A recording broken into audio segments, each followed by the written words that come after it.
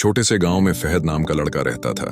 फहद आम सा दिखाई देता था, मगर दिल में एक बड़ी ख्वाहिश रखता था, जिंदगी में कुछ बड़ा करना और अपने ख्वाबों को हकीकत में बदलना। गांव के लोग अक्सर कहते, ये लड़का बड़ा नहीं बनेगा, हालात ठीक नहीं हैं। लेकिन फहद ने कभी हिम्मत नहीं हारी। फहद के वालिद एक छोटी दुकान के मालिक थे और माँ घर संभालती थी। वो हमेशा कहते, बेटा मेहनत कर और सब्र कर, कामयाबी खुद तुम्हें तलाश करेगी। फहद ने उनके अल्फाज दिलो जान से अपनाए और हर दिन अपनी मेहनत में लगा रहा। फहद का बचपन आम था, लेकिन उसकी सोच कुछ मुख्तलिफ थी। वो हमेशा अपने मुस्तकबल के बारे में सोचता और अपने आप से कहता, मैं किसी दिन अपने ख्वाब जरूर पूरे करूंगा।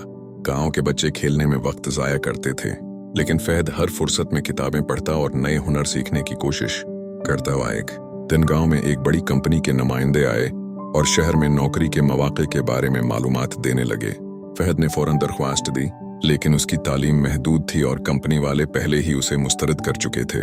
दिल शिकस्ता होने के बजाय फहद ने अपनी तालीम और हुनर पर काम शुरू किया। उसने कंप्यूटर सीखना शुरू किया, इंग्लिश बेहतर की और छोटे छोटे फ्रीलांस प्रोजेक्ट्स किए।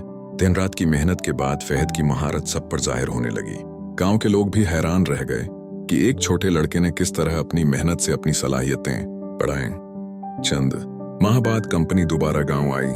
इस बार फहद के पास पूरा पोर्टफोलियो था और उसकी महारत ने सबको मुतासिर किया। कंपनी के नुमाइंदों ने न सिर्फ उसे नौकरी की पेशकश की, बल्कि शहर में उसे तरक्की के मौके भी दिए। फहद का मकाम शहर में मजबूत होने लगा और वो अपनी मेहनत और ईमानदारी की बदौलत एक कामयाब इंसान बन गया। उस कहानी का असल सबक ये है कि हालात चाहे कैसे भी हों, सब्र, मेहनत और ईमानदारी के साथ इंसान हर मुश्किल को आसान बना सकता है।